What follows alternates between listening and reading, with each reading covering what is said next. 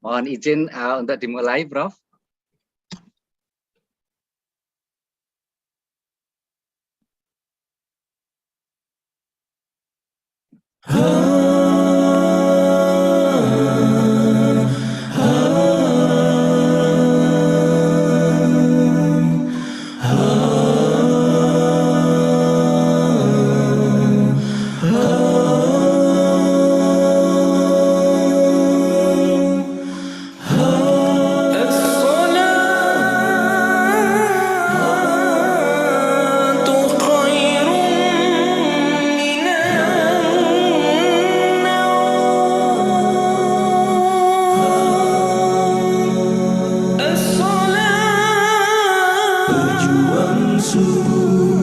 Masjid Raya Pondok Indah,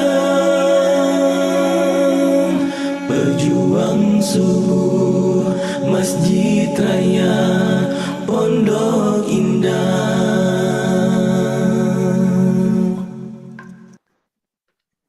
Alhamdulillah, bismillahirrahmanirrahim. Assalamualaikum warahmatullahi wabarakatuh. Bismillahirrahmanirrahim. Alhamdulillahirabbil alamin. Wassalatu wassalamu ala amyalin war mursalin syahidina wa maulana Muhammadin wa ala alihi wa sahbihi ajmain. Nahmaduhu wa nasta'inuhu wa nasta'ghfiruh wa na'udzu billahi min syururi anfusina wa min sayyiati a'malina. May yahdihillahu fala mudhiyalah wa man yudlil fala hadiyalah. Asyhadu an la ilaha illallah wa asyhadu anna Muhammadan abduhu wa rasuluh. Rabbi shrahli sadri wa yassirli amri wahlul 'uqdatam min lisani yafqahu qauli. Amma ba'd. Bapak Ibu yang dirahmati Allah, pertama-tama marilah kita panjatkan puja dan puji syukur kehadirat Allah Subhanahu wa taala atas rahmat dan karunia-Nya. Pada pagi hari ini kita dapat bersama-sama untuk mentadaburi hari di dalam Majelis Agung, yaitu salah satu kitab yang legend, yaitu kitab Al-Hikam, buah karya dari Ibnu Attaliyah As-Sakandari, yang insya Allah telah hadir di tengah-tengah kita, guru kita, ustadz kita, Profesor Nazaruddin Umar. Untuk itu kami akan menyapa terlebih dahulu. Assalamualaikum, Prof. Masih suaranya belum terdengar, Prof. Masih ter-unmute mungkin. Waalaikumsalam warahmatullahi wabarakatuh. Waalaikumsalam warahmatullahi wabarakatuh.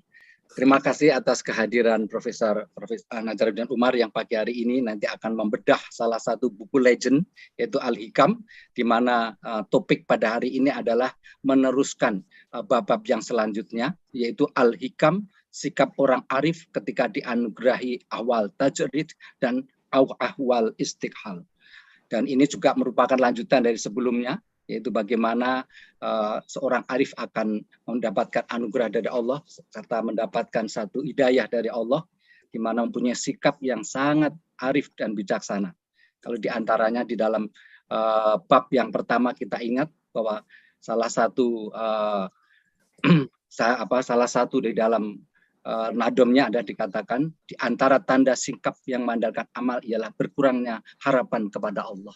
Dan ini sungguh sangat mulia jiwa seorang hamba Allah yang tidak mengharapkan pahala dari Allah, namun menyerahkan segalanya kepada Allah. Untuk selanjutnya waktu dan tempat kami persilahkan. Namun untuk memberikan satu keberkahan pada pertemuan ini, Prof, kami mohonkan doa dari Profesor Nazaruddin Umar untuk dapat mendoakan kepada saudara-saudara kita yang saat ini sedang mendapatkan ujian sakit di rumah sakit maupun sedang mendapatkan ujian di dalam kehidupan hidup kita ini. Semoga Allah mengangkatnya, lihat kembali, dan Allah akan memberikan kemudahan di dalam kehidupan ini sehingga kita semua akan selalu dalam perlindungannya. Waktu dan tempat kami persilahkan. Baik, Bapak Ibu sekalian, mari kita memusatkan perhatian kita kepada Allah Subhanahu wa taala sejenak. Untuk kita mendoakan sahibul hajah, baik yang disebutkan namanya, baik yang kita kenal maupun juga saudara-saudara kita yang Ya, sesama umat Islam kita saling mendoakan.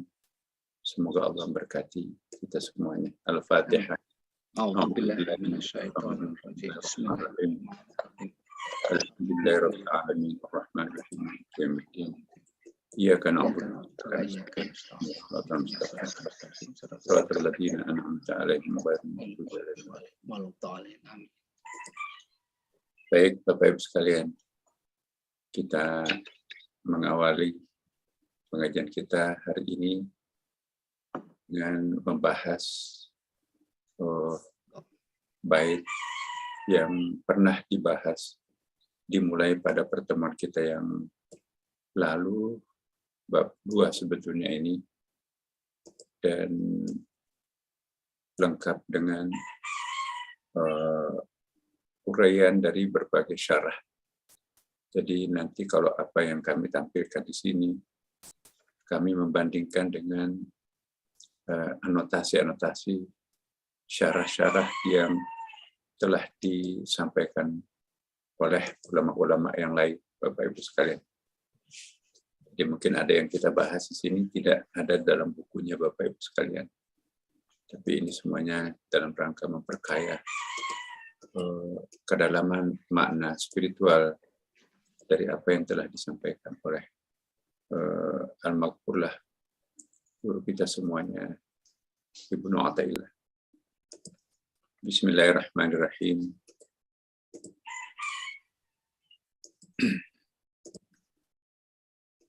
Kita baca baitnya yang pernah kita baca pada pertemuan kita yang lalu, sekedar persepsi mengingatkan kembali. Iradatuka tajrida ma'a iqamatillahi iyyaka fil asbab minasyahwatil hanafiyyah wa iradatuka al-asbab ma'a iqamatillahi iyyaka fit tajridi inhitatun minal himmatil aliyah. Keinginanmu untuk melakukan tajrid, yaitu meninggalkan urusan dunia, mencari rezeki. Padahal Allah telah menempatkan engkau pada asbab, usaha di mana Allah telah membekali manusia dengan sarana penghidupan, adalah termasuk dalam bisikan syahwat yang samar. Sebaliknya, keinginanmu untuk melakukan asbab, ya, usaha mencari rezeki materi, padahal Allah telah menempatkanmu pada kedudukan tajrid, yaitu ahli ibadah, adalah suatu kemerosotan dari tekad spiritual yang luhur Allah berikan pada. Maksudnya begini, betul. Ada orang profesinya memang mencari uang, bakatnya, talentanya menjadi orang kaya, kaya materi, ya, apapun yang disentuh berhasil. Lalu dia akan balik kanan, berubah 180 derajat, dia meninggalkan semuanya. Pokoknya kekayaanku aku akan depositokan. Aku hanya akan hidup di masjid. Insya Allah 2-3 turunan tidak akan habis deposito. Aku hanya makan uang, bukan bunga depositonya saja. 100 miliar. Hitunglah per bulan. Satu keluarga bisa hidup tuh. Aku hanya dari masjid ke masjid. Aku tutup usahaku semua. Kata Ibnu Athaillah, itu bisikan syahwat. Allah menakdirkan kita untuk profesinya mencari uang. Jadikanlah profesi itu untuk dekat dengan Allah. Dengan demikian kita bisa membangun pondok pesantren dengan kekayaan, merenovasi masjid-masjid yang kumuh dengan kekayaan itu, memberikan beasiswa kepada anak-anak yatim piatu dengan kekayaan itu, bahkan juga dengan membangun rumah sakit. Ya. Di negeri-negeri yang membutuhkan bantuan kita, seperti saudara-saudara kita di Palestina, di Myanmar, terlunta-lunta, tidak ada rumah sakit. Jangan meninggalkan talenta yang diberikan Allah sebagai pencari uang yang profesional. Ya. Tiba-tiba kita akan berubah. Belum tentu perubahan itu karena Allah. Mungkin karena kita kecewa terhadap atasan, kecewa terhadap pimpinan, mungkin kecewa terhadap istri, kecewa terhadap keluarga. Udahlah, repot-repot cari uang. Salah melulu. Kita deposito aja, udahlah, saya hidup di masjid aja. Dicemburui melulu setiap kali keluar. Kemana? Mau kemana? Dengan siapa? Dan seterusnya. Padahal nggak ada niat apapun. Tutup perusahaan. Udah di rumah masjid. Kita dekat dengan Allah aja. Itu termasuk bisikan syahwat. Allah menakdirkan kita untuk menjadi hamba pencari uang untuk melaksanakan ibadah sosial yang fardu kifayah itu. Tapi kita akan hijrah menjadi ahli ibadah fardu ain. Ya. Tiba-tiba mau berubah alih profesi jadi mubalik dari masjid ke masjid, padahal latar belakang pendidikannya adalah engineering dari Eropa, dari Amerika. Ya. Mau mengajarkan alif batasan, mau ceramah juga, wawasan keagamanya belum cukup. Sementara profesinya yang sangat langka, kalau itu digunakan untuk mencari uang, itu sangat dibutuhkan umat. Kelemahan umat Islam itu adalah ekonominya. Nah, ini ada ahli ekonominya, ada practitioner ekonominya, tiba-tiba balik 180 derajat. Akibatnya 5.000 karyawannya harus di PHK. Nah, 5.000 karyawan kali 3 keluarga saja, satu keluarga. Terlunta-lunta nasib mereka. Mereka terlunta-lunta karena kita. Itu namanya ego spiritual. Termasuk egoisme spiritual, ingin mencari kenikmatan spiritual sendiri, sekalipun karyawannya berantakan. Masya Allah, Ibnu Athaillah mengingatkan kita. Iradatu katajridu ma'iqamatillah, iyyaka fil asbab minasyahwatil khanafiyah. Keinginanmu untuk melakukan atau keinginanmu untuk tajrid, meninggalkan talentanya sebagai pencari uang, ya, lalu beralih untuk menjadi mubalik, misalnya dari masjid ke masjid guru ngaji, hanya karena ingin dekat dengan Allah. Itu syahwat yang tersamar. Dan sebaliknya, keinginanmu untuk melakukan asbab, tiba-tiba mau cari uang, keuntungan, padahal dia sudah menjadi ulama. Dia 180 derajat berubah. Tadinya guru ngaji, ya, tadinya khatib, satu-satunya khatib di kampung itu, tiba-tiba dia mau berdagang, pergi ke Jakarta, Tanah Abang, dari pulau ke pulau mencari uang, uangnya banyak. Akhirnya masyarakatnya tidak bisa lagi sholat Jumat. Satu-satunya khatib di pulau itu adalah dia. Kemana Pak Ustadz? Dagang. Tanah Abang, ya, Cipulir, antar ke pasar-pasar. Ya, bahkan Jumatannya pun juga kadang-kadang di jamak kasar, alasannya musafir, menelantarkan umat.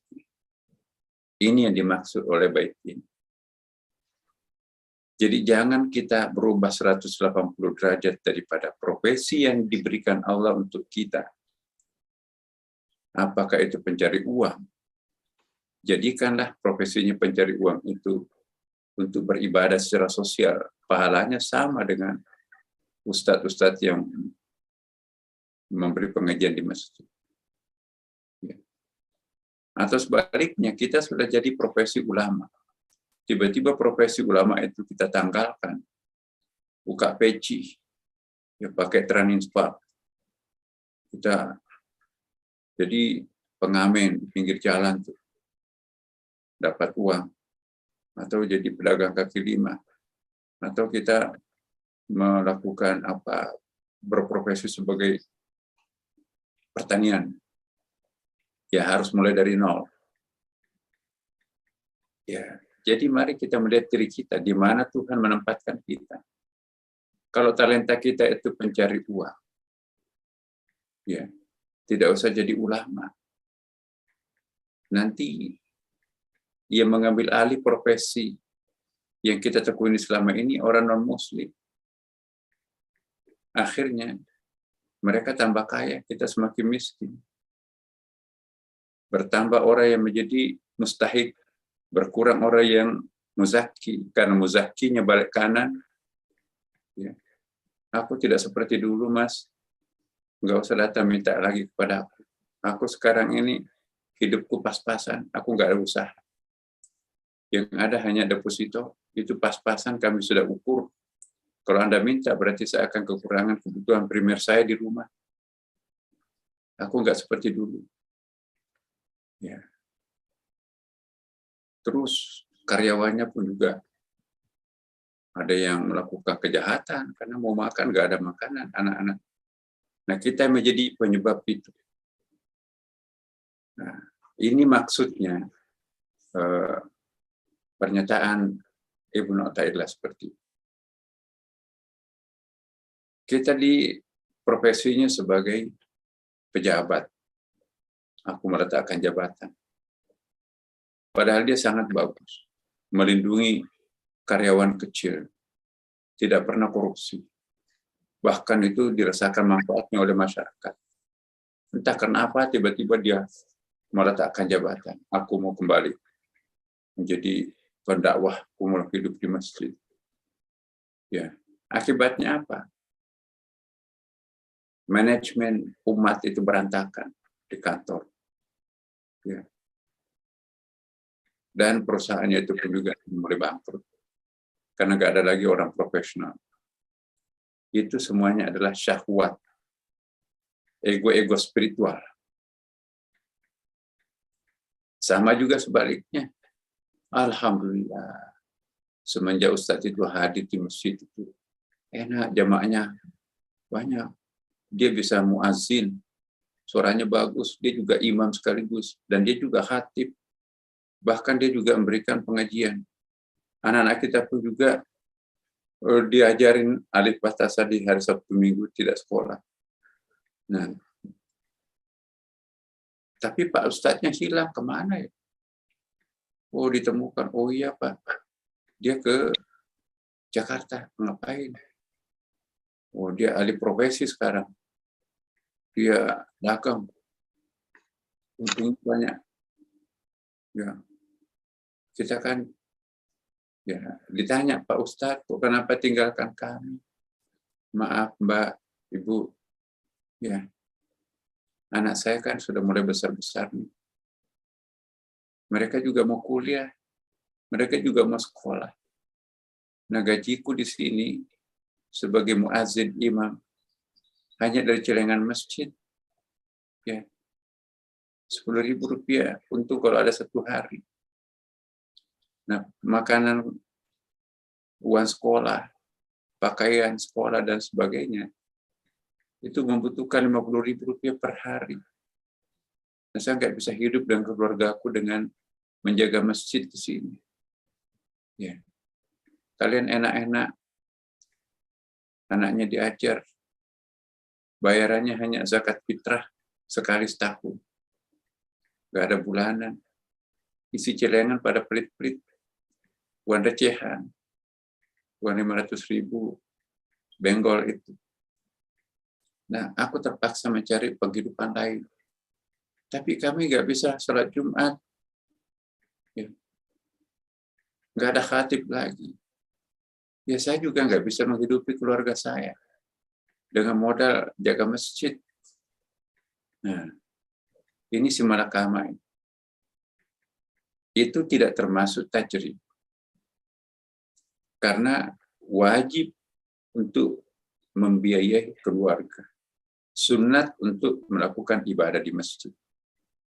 Itu tidak termasuk tajrid. Atau sebaliknya. Ya. Apapun dikerjakan itu gagal.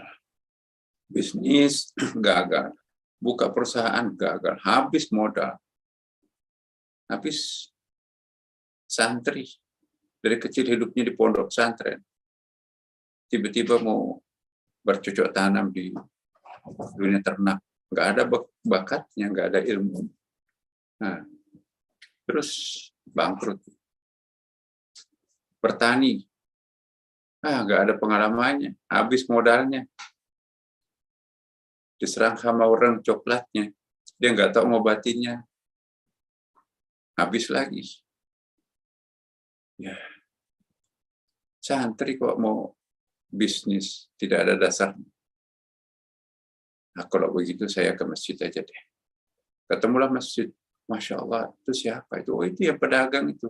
Oh, itu yang petani itu. Tapi kok suaranya bagus? Memang dia pesantren. Ya, khutbah. Oh ya, udah deh gini aja. Oh, kita patungan aja deh. Kasih 1 bulan 10 juta lah. Pak, nggak usah dagang, nggak usah bisnis. Kami yang menjamin keluargamu. Kami semua jamaah di sini sanggup kok. Ya, Pak. Akhirnya apa yang terjadi? Masjidnya makmur, anak-anaknya itu semuanya pada cerdas, bahkan ada tahfidz Qur'annya, ibu-ibunya juga aktif mengikuti pengajian, dan bahkan juga alumninya dikirim ke pondok pesantren, bahkan juga sampai ke Mesir. Semenjak orang itu masuk di masjid, luar biasa. Itu tidak termasuk tajrid. Meninggalkan profesinya yang tidak profesional sebagai pencari uang, kembali kepada habitatnya, mengurus umat, dan dari situ mereka bekerja secara profesional sehingga bisa hidup. Nah, itu bukan tajrid. Yang dimaksud tajrid di sini, yang dimaksudkan di sini dalam kitab Ibnu Athaillah ini, meninggalkan talenta yang Allah anugerahkan kepadanya, kemudian berubah pandangan, itu termasuk bisikan-bisikan syahwat atau ego-ego spiritual. Subhanallah. Ada banyak orang seperti ini, Bapak Ibu. Pak Kiai nggak usah cari uang. Pak Kiai nggak usah jadi anggota DPR, nanti bohong setiap hari di situ. Lain yang ditandatangani, lain yang diambil karena masuk partai sekian. Terpaksa harus tutup mata. Harusnya kebenaran itu ditegakkan, tapi suara partai mengatakan lain. Akhirnya kita yes man di situ. Lahirlah undang-undang yang tidak sejalan dengan Islam. Hilanglah muru'ah ulamanya di situ. Ngapain ulama berpolitik praktis? Mana ada ulama bisa mempengaruhi Senayan? Senayanlah yang mempengaruhi ulama. Udahlah, ulama nggak usah main politik-politikan. Nggak usah jurkam partai politik tertentu. Wah. Kalau kita menjadi tim sukses, jurkam partai politik tertentu, Pak, ini kita akan menargetkan followernya sekian. Pemilihnya di sini kita harus kejar. Waduh. Caranya apa? Isu yang kita kembangkan di sini isu pluralisme. Wah, enggak. Bapak nanti sebagai kiai, enggak apa-apa, Pak. Bilang aja kepada mereka, semua agama sama kok. Semua agama baik dan semua agama benar. Ya. Padahal tidak begitu kan. Semua agama baik, tapi tidak semua agama benar. Inna dina indallahi al-Islam. Agama yang paling benar adalah Islam. Tapi kalau kita mengatakan semua agama baik dan semua agama benar, boleh dong tukar-menukar agama. Kan semua agama baik dan semua benar. Nah, terpaksa harus dilakukan seperti itu. Kenapa? Karena itu suara partai yang harus didukung. Kalau enggak, direkol. diputuskan di tengah jalan, tidak mau seirama dengan kita. Nah, jadi ini sangat penting untuk kita kembangkan. Baik Ibnu Athaillah, keinginanmu untuk meninggalkan talenta yang Allah anugerahkan kepadamu, ya, lalu engkau menempatkan dirimu dalam suasana kehidupan baru yang bukan talentanya, itu termasuk syahwat samad. Nah, kita lihat penjelasannya. Tajrid secara bahasa adalah al-izalah. Izalah itu menghilangkan atau melepaskan. Ya, melepaskan kesempatan, membuang peluang yang positif. Itu namanya izalah. Peluang bisnisnya itu bagus sekali, nggak ada saingannya. Ya, kalau dia teruskan itu, Masya Allah, dia bisa menjadi konglomerat, bisa kebanggaan umat. Setelah dia tinggalkan, diambil alih orang Cina dan non-Muslim. Udahlah, semua dari A sampai Z, dari hulu sampai ke hilir, diambil semua orang lain. Kenapa? Ya, dia jadi ustadz. Jadi ustadz pun juga followernya sedikit karena nggak punya bakat ustadz. Ya. Ayatnya salah-salah di mulutnya, memang bukan santri, bukan dari perguruan tinggi agama Islam. Akhirnya dituding dia sebagai aliran sesat. Wah, ini kok garis keras, terlalu keras caranya berpidato. Akhirnya ditangkap sama polisi karena dianggap, wah, ini adalah terlalu. Ya, walaupun memang ada ayatnya, tapi dia tidak pahami ayat itu secara komprehensif. Malah celakanya gabung dengan kelompok-kelompok yang terlarang. Ya, tapi seperti itu. Nah, ungkapan tajrid berarti meninggalkan sebab yang menjadi jalan untuk menemukan apa yang seharusnya dijalankan oleh orang-orang sadiqin. Ya, sebab itu artinya yang bisa melahirkan produk yang istimewa. Itu namanya asbab. Ya. Kita sudah inline, kita sudah berada di dalam suatu profesi yang tepat. Sebagaimana talenta yang dikaruniakan Allah sebagai seorang misalnya yang kecil-kecil, animator, keahliannya bidang komputer, dia bisa membuat kaligrafi, dia bisa membuat semacam background zooming yang bagus, dia bisa menciptakan satu dekorasi Al-Quran melalui komputer. Ya, tapi ini kan nggak ada hasilnya, Pak Ustadz.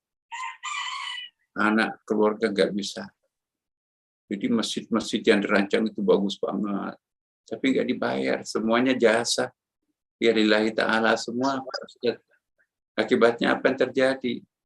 Ya seperti itu. Nah, jadi saya mohon betul, jangan kita ikut-ikutan terhadap talentanya orang lain, padahal itu tidak sama dengan talenta kita. Maaf, presentasinya belum berubah, Prof. Ya, memang belum berubah, Pak. Iya. Ya, jadi itu, Pak. Nah, jadi Bapak Ibu, yang dimaksud tajrid seperti itu.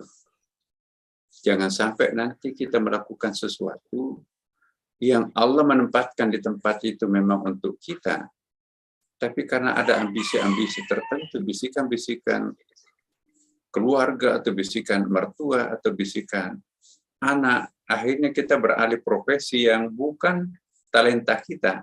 Akibatnya kita menjadi umat yang lari ke belakang. Kita tidak menjadi orang-orang yang seperti apa yang ditentukan oleh Allah Subhanahu wa Ta'ala. Jangan kita iri terhadap orang yang bertalenta beda dengan kita. Ya, kita sudah menjadi seorang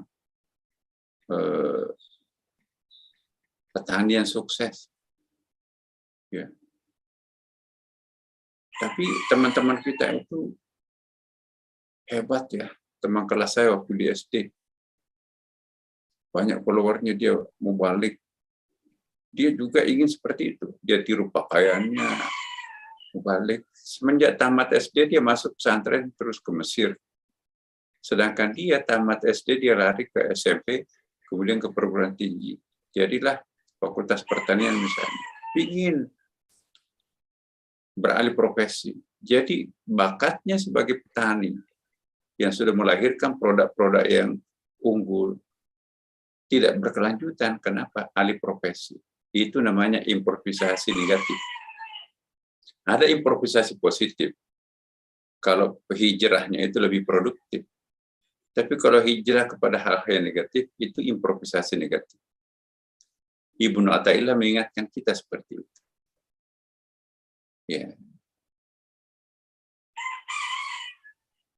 Jadi ungkapan tajrid berarti meninggalkan sebab yang menjadi jalan untuk menemukan apa yang seharusnya dijalankan oleh orang-orang saleh, yakni dengan melaksanakan suatu sebab, tidak membiarkan dirinya jatuh kepada perbuatan yang salah. Karena berniat meninggalkan urusan duniawi, sebab semata-mata hendak beribadah, ya itu kurang bagus. Ibadah itu bukan hanya salat, ibadah itu bukan hanya berdakwah, ibadah itu bukan hanya pergi khuruj ke Bangladesh, ke Afghanistan, kemana-mana. Tapi ibadah juga itu memberi wakaf kepada pesantren yang tidak pernah selesai. Berwakaf untuk masjid yang sudah 5 tahun, nggak ada atapnya. Ya, itu ibadah. Jadi kita itu diciptakan Allah bertalenta-talenta. Jangan hidup ini seragam. Ya. Nah, kemudian materi ini juga kita diminta menjadi sadiqin. Sadiqin itu adalah profesional, as-sidq. Ya, profesional itu artinya apa? Tidak meninggalkan dunia karena akhirat dan juga tidak meninggalkan akhirat sebab dunia. Itu namanya siddiq atau sadiqin. Jadi kita tidak boleh meninggalkan dunia alasan akhirat. Ah, udahlah, ya, aku carikan kamu perempuan cerewet. Nah, anak-anak itu urusan kamu. Aku mau menjadi penghuni masjid. Itu nggak bisa. Atau dibalik, meninggalkan akhirat sebab dunia. Sudah Allah menciptakan suatu kehidupan yang baik, dia dekat dengan jamaah. Ya, tiba-tiba terpesona dengan kekayaan, pingin mobil mewah, pingin rumah mewah. Nah, tidak bisa menjadi kaya kalau hanya mubalik. Maka dia tinggalkan dunianya sebagai mubalik, cari uang. Nah, itu tidak bagus. Nah, orang yang sadik itu bekerja di atas talenta yang dianugerahkan Allah, tapi ujung-ujungnya taqarrub ilallah, mendekatkan diri kepada Allah.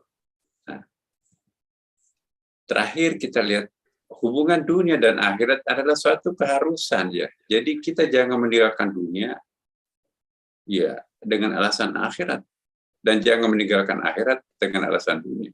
Hubungan timbal balik antara dunia dan akhirat itu seperti yang dikehendaki oleh Islam adalah satu keharusan. Jembatan menuju akhirat ialah dunia.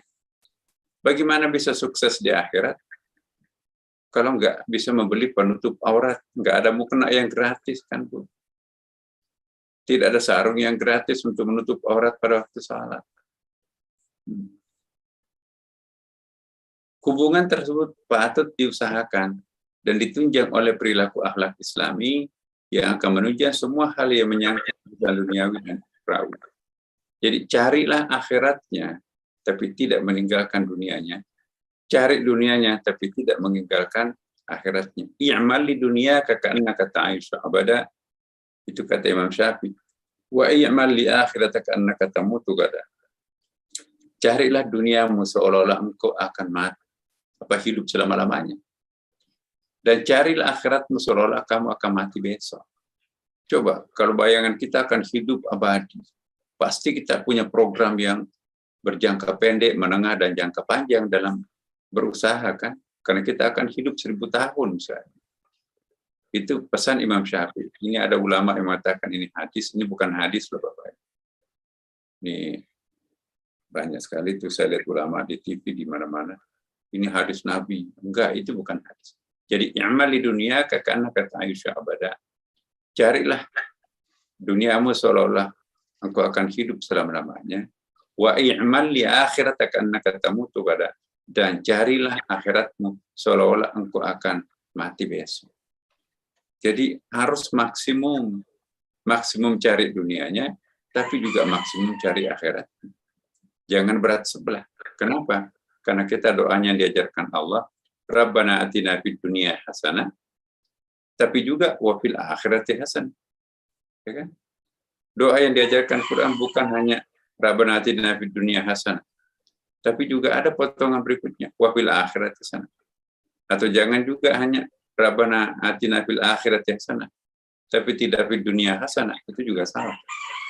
Jadi mencari dunia untuk menemukan akhirat, mencari akhirat itu juga tanpa melupakan dunia, itu yang dimaksudkan dalam Syekh Ibnu Athaillah tadi. Assalamualaikum warahmatullahi wabarakatuh. Waalaikumsalam warahmatullahi wabarakatuh. Profesor, terima kasih atas tausiahnya pada pagi hari ini. Mohon sebelum kita lanjutkan pertanyaan, izin kami untuk menyampaikan beberapa maklumat yang saat ini akan dipersiapkan oleh Ibu Rani. Kami persilakan Ibu, supaya dibacakan dengan agak cepat. Baik, terima kasih. Assalamualaikum warahmatullahi dari Divisi Pendidikan. Ada informasi mengenai penyelenggaraan kegiatan Classical Training Online, menerjemahkan dan memahami Al-Quran dengan metode sekejap, sistematis, kerap, dan cepat untuk angkatan yang kedua. Insya Allah akan dilaksanakan dalam 20 kali pertemuan setiap hari Sabtu pukul 9 hingga pukul 11 waktu Indonesia Barat, dan akan dimulai tanggal 2 Juli yang akan datang. Bagi yang berminat, silakan lakukan pendaftaran dengan cara ketik sekejap dengan cara kirim WA ke 0855 1436 778 atau 0857 7381 5684. Kami masih tetap membuka kesempatan yang seluas-luasnya bagi Bapak Ibu sekalian yang berkenan untuk berkontribusi dengan zakat, infak, dan sedekah terbaiknya dalam mendukung kegiatan dakwah dan kegiatan sosial yang dilaksanakan oleh kami. Silakan disampaikan melalui Bank Muamalat dengan kode bank 147 di akaun nomor 30.07238 atas nama Yayasan Pondok Mulia QQ Kemasjidan, dan mohon ditulis angka 7 pada digit terakhir infak Bapak Ibu seperti contoh yang tertera di layar saat ini. Jazakumullahu khairan katsira. Semoga Allah meridhai dan membalas amal kebaikannya dengan pahala yang berlipat ganda. Amin ya rabbal alamin. Last but not least, sebagai reminder, semua kajian kami dapat disimak kembali melalui YouTube di channel kita Pejuang Subuh Masjid Raya Pondok Indah, dan jangan lupa di-subscribe ya. Demikian informasi yang dapat kami sampaikan. Terima kasih. Barakallahu fiikum. Kami serahkan kembali kendali acara kepada moderator. Silakan Pak Edi. Terima kasih Ibu Rani, suaranya yang mantap walaupun baru subuh, luar biasa. Terima kasih. Jazakumullah khairan katsira. Baik Bapak Ibu yang dirahmati Allah, sudah banyak ini Prof yang masuk ke dalam chatting dan juga mungkin nanti ada yang raise hand. Mungkin saya bacakan atau sudah ada di teks. Kalau sudah ini ada di sini. Yang pertama dari Ibu Suryaningsih. Yaitu pertama, ini sudah ada, kami bacakan. Pertama ini yang tanggal 21 Juni ya. Baik, kalau nanti dilanjutkan dengan pertanyaan hari ini mungkin ya, untuk lebih menyingkat waktunya. Baik, pertama, Assalamualaikum Prof. Apapun status, posisi, dan profesi kita sama-sama bisa masuk surga atau neraka. Untuk terhindar dari neraka dan lebih dekat kepada Allah, sekaligus dapat ridho Allah, status, posisi, dan profesi yang bagaimana idealnya? B. Tajrid dan uslah apakah sama atau beda? Ini dari Bapak Sunaryo, Prof. Mungkin kami persilahkan lebih dahulu, Prof. Iya. Saya tadi menyampaikan insya Allah innamal amalu binniyat. Segala sesuatu itu ditentukan oleh niat. Jangan dikira bahwa mubalik, ulama yang menguasai hukum Islam itu duluan masuk surga atau otomatis masuk surga.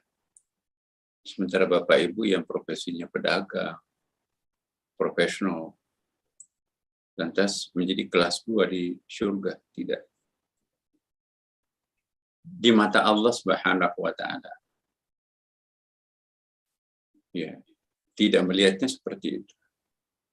Inna akramakum indallahi atqakum, yang paling mulia di sisi Allah itu adalah siapa yang paling bertakwa. Ya. Kita jangan iri terhadap seorang ustadz. Oh, saya ingin seperti itu, dia pintar ceramah, followernya banyak. Ya. Oh, diikuti banyak orang. Hati-hati Bapak Ibu. Boleh jadi seperti itu, tetapi di mata Allah itu lain. Ya. Kalau selebritinya didominankan, bukan niat luhur untuk menyalakan lentera hati setiap jamaah, maka itu di mata Allah belum tentu seperti apa yang kita bayangkan. Ustadz atau mubalik yang ideal bukan yang berhasil membuat orang lain itu ketawa terpingkal-pingkal sampai followernya banyak banget, atau menyebabkan orang itu menangis terseduh-seduh sampai fansnya luar biasa banyak. Tetapi setelah mereka mengikuti acara-acaranya, nggak ada yang tersimpan dalam hati. Sama dengan nonton konser, jingkrak-jingkrak semua pada goyang, nari. Pulang ke rumahnya, pada teler, nggak ada yang sholat subuh. Kenapa? Begadang. Di lapangan, joget-joget sampai jam 1 malam. Ya, sampai jam 11 malam. Hebat. Ada ustadz kawakan dari ibu kota, menggocok perut, menarik banget. Ya, enggak sholat subuh, kenapa? Capek semalam. Apa yang dicerminkan ustadznya? Itu bikin ketawa kita. Jadi sama dengan apa ya, entertainment gitu. Dakwah mubalik yang bagus, yang mampu membakar atau yang mampu menyalakan lentera hati setiap orang. Tadinya nggak tahu menjadi tahu. Tadinya kebiasaannya buruk, tapi diingatkan, oh itu ternyata bagus, ini tidak bagus. Jadi ada lentera hati yang nyala, yang dinyalakan oleh Pak Ustadz, walaupun dia tidak menarik. Nah, itulah yang dilakukan Nabi. Nabi tidak pernah mencontohkan mengajak sahabatnya ketawa terpingkal-pingkal atau menangis terseduh-seduh. Bahkan Nabi pernah menegur sahabat, "Hei, kenapa kok pada ketawanya kayak gitu? Kalau kalian tahu apa yang saya tahu," kata Nabi, "pasti kalian akan lebih banyak menangis daripada ketawa." Nah, orang yang sering ketawa terbahak-bahak, kata Rasulullah, dicabut berkah wajahnya. Sehingga apapun yang dikatakan, masuk telinga kanan, keluar dari telinga kiri. Nah, kita itu terprovokasi oleh psikologi media, Bapak. Bagaimana psikologi media? Media itu agamanya adalah rating. Siapa yang followernya banyak,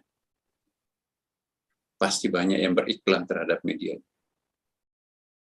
Maka itu yang perlu dipromosikan oleh pandangan hidupnya media itu ialah siapa yang mampu menggait follower banyak. Tidak peduli apakah ada manfaatnya ceramahnya, apakah ada menyalahkan lentera hati atau enggak, itu urusan lain. Yang penting anak mudanya banyak, orang tuanya juga banyak. Ya. Bagaimana orang nggak tertarik? Karena ada unsur kesenangan, ada unsur kemabukan, ada unsur hura-huranya di situ. Oh, ini bagus. Kita terhibur, kita lupa utang, kita lupa dosa, kita lupa makan. Pokoknya enak dengar ceramahnya. Pulang ke rumahnya, ditanya, apa yang Anda pelajari? Apa ya? Itu loh lucu tadi, kita semangat ketawa. Tapi dia tetap melakukan dosa, dia tetap korupsi, dia tetap melakukan apapun. Sepertinya tidak ngaruh ya, tidak pengaruh materi dakwah itu untuk merubah perilaku yang buruk menjadi baik. Nanti Mas undang lagi maulid ya, undang lagi merah, enak. Apanya yang enak? Itu lucu-lucunya itu loh. Nah, jadi mubalik yang laris, siapa yang mampu membuat orang terpingkal-pingkal ketawa. Oh, itu pasti. Nah, kalau orang seperti ini nggak mau datang, pakai manajemen, berapa kamu bayar? Pak, ini ada uang jamaah kami 2 juta. Di tempat lain perusahaan BUMN itu, aku dikasih amplop itu 100 juta, masa cuma jual 2 juta? Ya, enggak. Pak, kemampuan jamaahku, Pak, tidak bisa lagi. Ini pun kami lebih banyak kita tombokin, saya juga terbatas. Enggak, ya cari mubalik yang pinggiran lah. Aku kan mubalik ternama. Oh, apa ini berkah? Nah, jadi Bapak Ibu, posisi seperti apa yang ditanyakan Bu Bobi tadi. Nah, niat sini, walaupun kita ibu rumah tangga, tapi satu langkah menuju ke dapur, tempat tidur, ke sumur, itu diberi pahala sama dengan pergi ke masjid. 40 pahala yang gugur, 40 dosa yang gugur, 40 pahala yang bertambah. Ya, jadi jangan memandang enteng ibu rumah tangga tidak menghasilkan uang, tapi menyebabkan anak itu menjadi anak saleh atau saleha, menyebabkan anak itu bersih, enak dipandang mata, ya, menyiapkan menu makanan pada suami, lalu suaminya tidak berpaling ke perempuan lain, tidak berzina, itu jangan dikira nggak ada pahalanya. Ya, itu lebih besar pahalanya. Maka jangan memandang enteng ibu-ibu, perempuan, kamu kan nggak ada kerjanya cuma di rumah doang. Ini ada peneliti yang pernah meneliti. Ibu rumah tangga itu kerjaannya hanya berjalan di tempat tidur, dapur, dan sumur 21 km per hari loh Bapak Ibu. Jam kerjanya ibu rumah tangga sebelum mata suami terbuka sampai sesudah mata suami tertutup. Nggak pernah minta lembur. Jam 12 malam baru pulang. Belum tidur tuh istri. Sudah tidur suami baru selesai jam kerjanya seorang ibu. Belum lagi anaknya minta menyusui. Jarang tuh tidurnya. Jadi jangan dikira perempuan itu ya nggak ada kerjaannya. Itu pandangan materialistik. Pekerjaan itu diukur dengan uang. Kalau nggak menghasilkan uang itu dianggap nggak ada pekerjaan. Nggak gampang menjadikan anak itu anak saleh. Pintar ngaji, hafal surah Al-Fatihah. Bapaknya itu kan terima jadi aja. Anakku. Ya coba kalau kotor anaknya, ganti pepes, belum mandi, itu anak ibunya. Tapi setelah itu kasih baju yang sudah digosok, disetrika, kasih parfum sedikit, ketawa-ketawa, itu anak bapaknya. Gendong tuh. Tapi begitu dia kencing, ini anak-anakmu ini, kencing. Ya Allah. Ibu dikasih kalau dia jorok. Ya. Salah sedikit menyuguhkan makanan, nggak ada gunanya kamu. Padahal sekian lama makan enak, nggak pernah dipuji istri. Sekali salah, langsung dia melihat perempuan lain. Padahal sekian lama tidak pernah salah, tidak ada penghargaan sedikit pun. Ini egoisme. Nah, apa bedanya tajrid uzlah? Iya, ada persamaannya. Jadi kalau uzlah itu begini, Bapak. Oke lah, kita pencari uang, profesional, pengacara, dokter spesialis. Tapi kita juga perlu istirahatkan logika kita, beri ruang kepada batin kita. Maka itu ada hari Jumat kan Bapak Ibu. Hari Jumat itu adalah istirahatkan pikirannya, bangkitkan batinnya. Kalau kita di Indonesia karena liburnya hari Minggu, udahlah hari Sabtu Minggu ikut pengajian, ikut tadi programnya Pondok Indah, itu bagus banget itu kan. Jadi apapun profesi kita, jangan satu minggu itu habis waktu itu dipakai cari uang. Nggak pernah mengasah mata batin, nggak pernah mengasah telinga batin. Padahal kita diminta, asalah mata batinnya dengan cara melakukan simaan. Simaan itu artinya dari kata sami'ah, mendengar. Jadi ada seorang qari, Pak Uci itu kan, melantunkan ayat, tajwidnya bagus, makhrajnya bagus. Kita simak betul. Itu melatih mata batin. Sekaligus melatih telinga batin. Enak sekali makhrajnya, lagunya. Mendengarkan suara azan, mendengarkan lantunan ayat suci Quran dan selawat. Itu mengasah telinga batin. Jangan hanya THT, langganan, dokter mata spesialis langganan. Tapi mata batinnya rusak dan juga telinga batinnya rusak, nggak pernah diobati. Datanglah ke majelis kita di sini, Pondok Indah kan, itu bengkel untuk memperbaiki mata batin yang rusak, telinga batin yang rusak. Saya kira gitu. Terima kasih. Terima kasih, Prof. Mungkin yang kedua, jadi alhamdulillah, saya kira tadi pertanyaannya pada hari ini ya, bagus, tanggal 21 Juni. Baik, yang kedua, bisa ditampilkan lagi. Nah, ini pertama, bekerja adalah fisabilillah. Harusnya para pendakwah tidak boleh menerima imbalan karena imbalan dari Allah. Ini disebutkan dari beberapa surat Al-Quran di sini, 42, 23, ayat surah ke-11 ayat 29, kemudian surah 11 ayat 51, kemudian surah 10, 72, surah 26 ayat 109 dan 180. Tapi mereka juga harus bekerja. Bagaimana menurut pendapat Profesor? Ini dari Ibu Wardani. Iya. Pendakwah itu juga manusia biasa. Makan, minum, butuh atap rumah untuk berteduh. Butuh belanja untuk anak dan keluarga. Kalau nggak bisa menerima ujrah hasil, lama-kelamaan ustadz kita itu punah. Nggak ada yang mau jadi ustadz. Nah, jadi saya kira kita perlu saling pengertian. Nabi memang tidak pernah minta gaji dari sahabatnya. Tetapi ada harta rampasan perang. Sekian persen untuk Nabi. Ada faid, ada uzlah.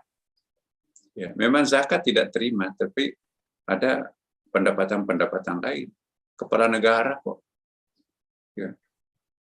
Kepala negara Madinah. Nabi itu sebetulnya jangan dikira orang miskin. Dia hanya bersikap miskin, tapi kekayaannya luar biasa. Cuma dia nggak ngambil. Ya. Kuota pendapatan Nabi itu kan ada aturannya tuh. Persoalannya Nabi nggak memanfaatkan aja. Tidak pernah tidur Nabi tanpa kelihatan bekas-bekas tikar, berarti nggak punya kasur empuk. Coba kalau kepala negara kita sekarang, dan yang lalu mungkin juga akan datang.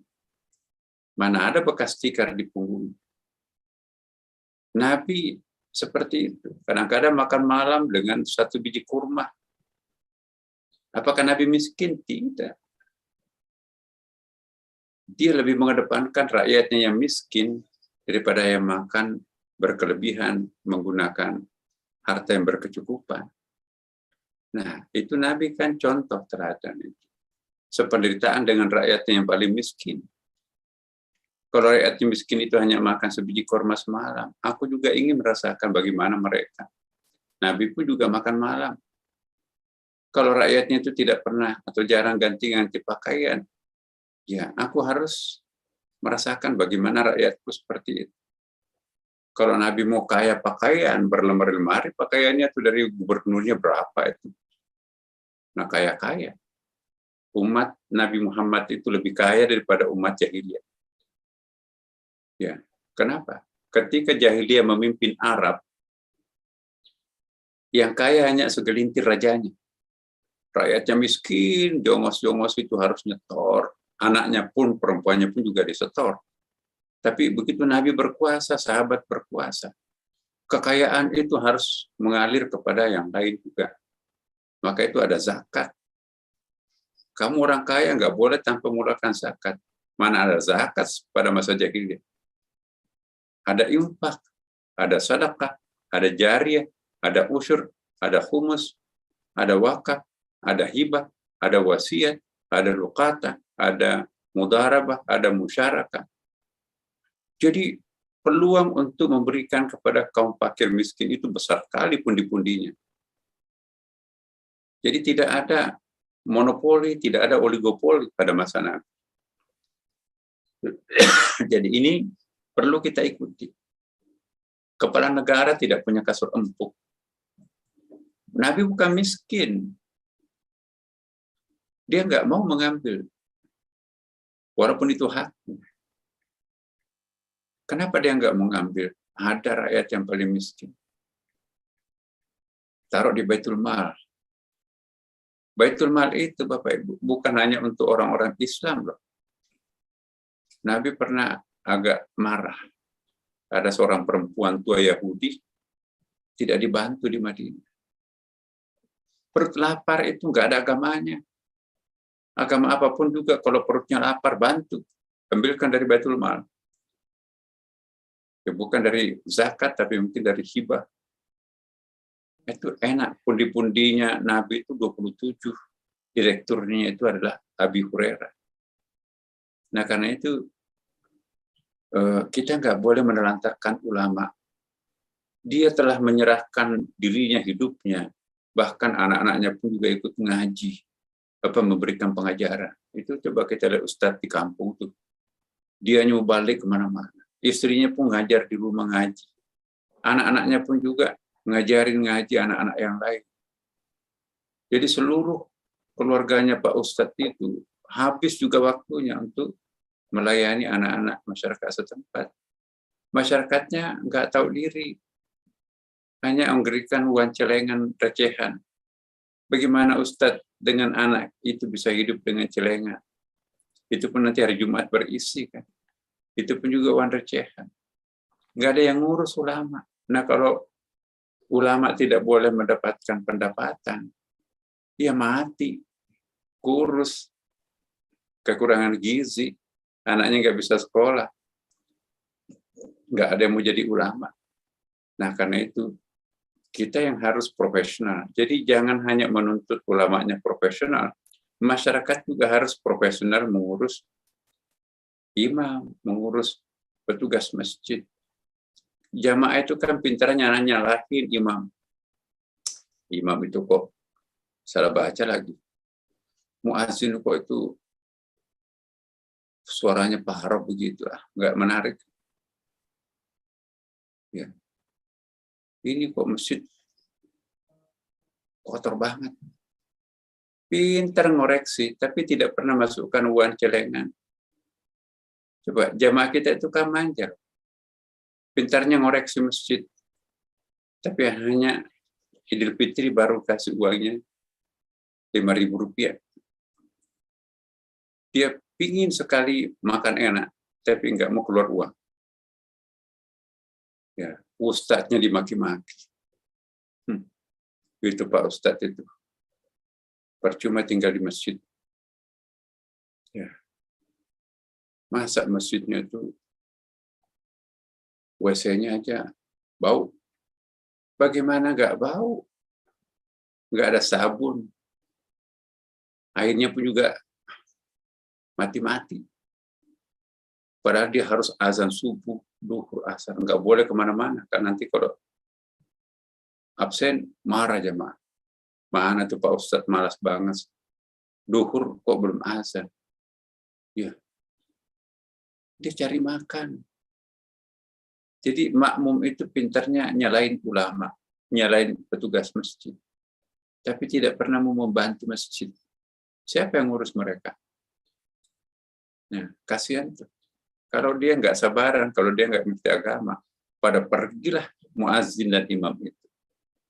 Cari uang lebih enak di tempat lain, tapi menelantarkan umat itu kan dosa. Nah, saya mohon juga kepada kita sebagai anggota masyarakat, bijaksanalah terhadap ulama. Ulama itu kan juga manusia biasa, punya kelemahan kok. Tapi jangan karena adanya kelemahannya itu lantas kita menelantarkan dia. Lebih baik ada tapi tidak bagus daripada tidak ada sama sekali. Itu filosofinya kan. Ulama jelek ada lebih baik daripada sama sekali nggak ada ulama. Siapa yang memimpin sholat, siapa yang azan, siapa yang khutbah, kita kan nggak bisa khutbah.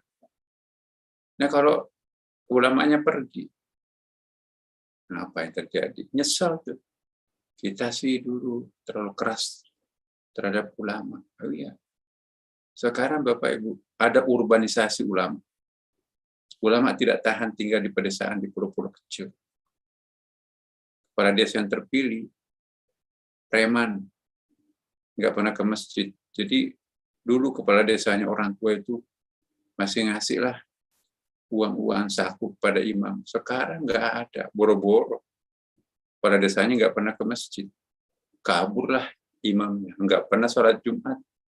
Laporan, teriak ke NU Muhammadiyah, Pak, banyak pulau yang tidak ada ustadznya. Jangan numpuk di kota. Nah begitu dikirim ustadz ke desa, nggak bisa makan, kabur juga.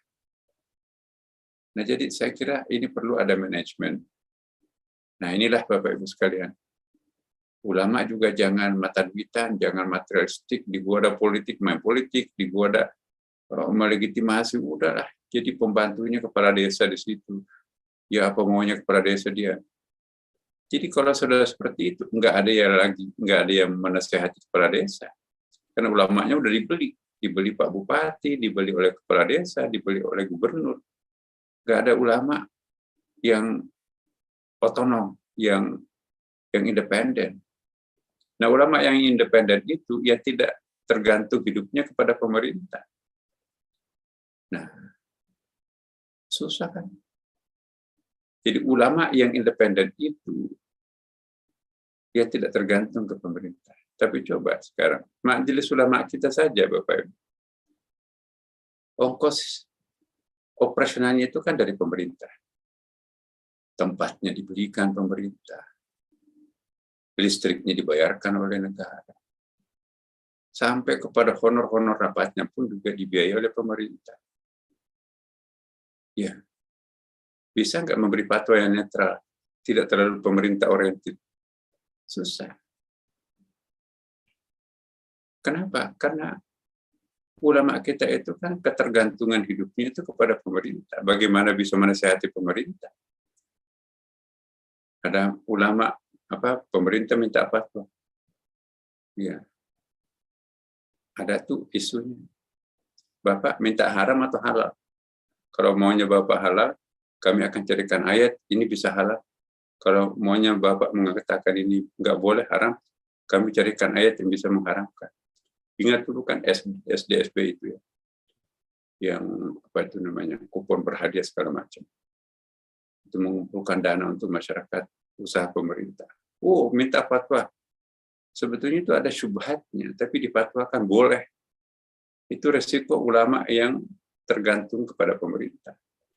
Pemerintah menentukan halal atau haram, ulama melegitimasi apa maunya pemerintah. Itu bukan masyarakat yang sehat. Nah, ke depan saya kira ulama dan umara itu harus mandiri. Tapi juga jangan dibalik. Ya, pemerintahnya itu tergantung kepada ulama. Ya, apa kata ulama itu yang harus dijalankan oleh pemerintah. Seperti yang dulu pernah terjadi di zaman ya rezim kepala negaranya ulama itu. Semuanya serba haram yang dilakukan oleh pemerintah selama ini. Ganti. Jadi ulama mencopot umara. Jadi nggak bisa. Harus ada otonomi masing-masing. Ulama wilayahnya apa, umara wilayahnya apa. Jadi kalau sama-sama mau monopoli, ulama mau menguasai semua space yang ada, menggeser umara, itu juga salah. Atau umaranya juga mau mendominasi keadaan negara, tidak memberikan space kepada ulama, itu juga salah. Ulama, tokoh masyarakat, agama, itu diundang hanya oleh Kementerian Sosial. Ada kebakaran, Pak Ustadz, sabarkan mereka. Ada COVID, ya, supaya jangan ngamuk, sabarkan mereka, ini musibah. Pandangan Islam tentang musibah apa? Ini ada lingkungan hidup yang rusak. Ayo Ustadz kasih ayatnya, supaya jangan membuang sampah di sembarang tempat. Jadi ulama itu hanya diminta untuk menyelesaikan akibat, tapi tidak pernah dilibatkan merumuskan sebab yang menyebabkan akibat itu muncul. Mana ada Bappenas yang merancang di sektor hulu mengundang ulama. Hanya Kementerian Sosial yang memikirkan akibat pembangunan itu mengundang ulama. Jadi ulama itu kayak pemadam kebakaran, pendorong mobil mogok tuh. Nah, mendekat pemilu, wah, cari ulama tuh. Begitu terpilih, selamat tinggal Pak Kiai. Ya itu kerjaannya ulama. Pemadam kebakaran, mati apinya, tinggalkan. Ya, pemilu, kasih tempat tuh Pak Kiai, sorbannya gede, duluan bicara. Nah, begitu dia terpilih, ya selamat tinggal Pak Kiai, makasih. Nah, bentar lagi nih. Nah, itulah resiko masyarakat kita seperti ini. Nah, saya mohon betul jamaah kita di sini cerdas menyikapi situasi. Mari kita hidup wajar. Ulama yang seperti itu juga banyak. Ya. Menggadaikan ulama, cetak kartu nama, berpakaian segala macam, followernya banyak. Ya, dapat dari honor, tapi juga dapat daripada YouTube-nya. Karena banyak tuh juta-jutaan tuh. Tapi tidak punya visi mau dibawa kemana umat ini. Ya. Apa jadinya umat kita kalau guru agamanya itu adalah orang yang tidak punya sanad keilmuan, nggak tahu belajar di mana, hanya bakat teatrikalnya sebagai seniman. Wah, tiba-tiba laku di mana-mana. Ulama yang punya pondok pesantren lama di Timur Tengah, profesor yang ahli agama, nggak laku. Karena nggak pintar bikin ketawa orang, nggak pintar membuat orang itu terhibur. Jadi dakwah itu hiburan sekarang. Kalau nggak menghibur, seolah-olah bukan dakwah. Itu kata media. Nah, persoalannya, siapa yang menguasai media? Itu pemilik modal, kan? Pemilik modal itu ya acuannya adalah uang, materi. Saya kira itu dulu Bapak Ibu sekalian, nanti kita lanjutkan pada pertemuan akan datang. Mohon maaf atas saya. Terima kasih. Baik, terima kasih Profesor Nazaruddin Umar. Ini juga mohon maaf dari Bapak Ibu yang mungkin saat ini masih banyak yang mau menanyakan beberapa hal, Prof. Hanya mungkin Profesor ada acara meeting ya, betul? Apakah bagaimana menurut Profesor? Apa masih ada satu lagi kesempatan mungkin atau cukup, Prof? Kami sedang rapat ini Bapak. Oke, baik. Terima kasih Bapak Ibu yang dirahmati Allah. Mohon maaf atas keterbatasan waktu dari Profesor Nazaruddin Umar. Maka untuk menutup acara ini, mohon untuk keberkahan, mohon bisa ditutup dengan doa, Prof. Ya, baik Bapak. Saya mohon maaf Bapak. Saya harus pindah ke tempat yang lain. Semoga Allah memberkati kita semuanya. Mohon maaf ya kalau ada yang tersinggung dengan pernyataan saya. Tetapi ya ini fakta dan Bapak Ibu juga menyaksikan kan. Semoga kita mendapatkan jalan keluar dari Allah Subhanahu wa taala yang Maha Kasih dan Maha Rahman, Maha Rahim itu. Ya, semoga betul-betul masyarakat kita semakin matang, semakin dewasa. Termasuk diri kita, individu kita sendiri juga semakin otonom, semakin mandiri, dan semakin berprestasi, semakin banyak mendapatkan limpahan rahmat hidayah Allah Subhanahu wa taala. Al-Fatihah. A'udzubillahi minasyaitonir rajim. Bismillahirrahmanirrahim. Alhamdulillahirabbil alamin. Arrahmanirrahim. Maliki yaumiddin. Iyyaka na'budu wa iyyaka nasta'in. Ihdinas siratal mustaqim. Siratal ladzina an'amta 'alaihim ghairil maghdubi 'alaihim waladdallin. Amin. Ya Rahmanir Rahim. Rahmanir-Rahim. Allahumma inna nas'aluka salamatan fid din wa 'afiyatan fil jasad wa ziyadatan fil 'ilm wa barakatan fil rizq wa taubatan qabla al-maut wa rahmatan indal maut wa maghfiratan ba'dal maut. Allahumma hawwin 'alaina fi sakaratil maut wa najatan minan nar wa afwin 'anil hisab. Rabbana la tuzigh qulubana ba'da idh hadaytana wa hab lana min ladunka rahmah innaka antal wahhab. Allahumma la tufarriq jam'ana hadha illa bitammi maghfur wa sa'i mashkur wa amalin salihin maqbul wa tijaratin lan tabur ya aziz ya ghafar ya rabbal alamin. Allahumma rabbirhamhuma kama rabbawna shighara rabbana atina fid dunya hasanah wa fil akhirati hasanah wa qina adzabannar. Alhamdulillahi rabbil alamin. Assalamualaikum warahmatullahi wabarakatuh. Waalaikumsalam warahmatullahi wabarakatuh. Terima kasih pada Profesor Nasir Umar. Dan untuk menutup pada pertemuan ini, mari kita doa bersama dengan kafaratul majelis kita. Bismillahirrahmanirrahim. Subhanakallahumma wa bihamdika asyhadu an la ilaha illa anta astaghfiruka wa atubu ilaik. Taufiq wal hidayah. Wassalamualaikum warahmatullahi wabarakatuh. Waalaikumsalam warahmatullahi wabarakatuh. Terima kasih Pak Edi. Pak Edi. Terima kasih Pak Ustaz. Bapak-bapak, mohon maaf lahir batin, mohon izin. Balas Allah dan balas lipat dan selalu sehat. Assalamualaikum warahmatullahi wabarakatuh. Terima kasih Prof. Asad. Terima kasih Bapak Ibu. Acara akan kita akan dengan program sekejap yang insya Allah akan disampaikan nanti pengenalan program sekejap ya. Mungkin Bapak Ibu bisa bersama-sama dengan kita mengikuti program sekejap. Ini kalau kita maka Pak Nur sudah bisa hadir dengan kita. Dirahmati Allah. Alhamdulillah pada kesempatan ini, alhamdulillah ini Pak Nur sudah ada, bisa kelihatan di kami Pak Nur. Alhamdulillah ini beliau dalam perjalanan ini, alhamdulillah. Saya pamit. Assalamualaikum Pak Nur. Jadi dulu persiapan Pak Nur sekejap. Kita langsung dibikin Ini dia sekejap. hostnya atau hostnya langsung baik. Baik, persilakan untuk bisa menyimak kembali dan perkenalan dari program sekejap. Ini persilakan kepada Ustaz Nur Ihsan. Silakan Ustaz. Ya, bisa mendengar kami Ustaz Nur Ihsan. Silakan. Bapak Ibu yang dirahmati Allah, kita akan mengikuti perkenalan dari salah satu metode yang sangat mudah, cepat untuk menerjemahkan makna-makna dari. Assalamualaikum Pak Edi, suaranya sudah masuk? Sudah Pak, langsung saja monggo Pak, silakan ya. Pak. Gitu ya. Bismillahirrahmanirrahim. Assalamualaikum warahmatullahi wabarakatuh. Waalaikumsalam warahmatullahi wabarakatuh. Alhamdulillah wassalatu wassalamu ala Rasulillah amma ba'da.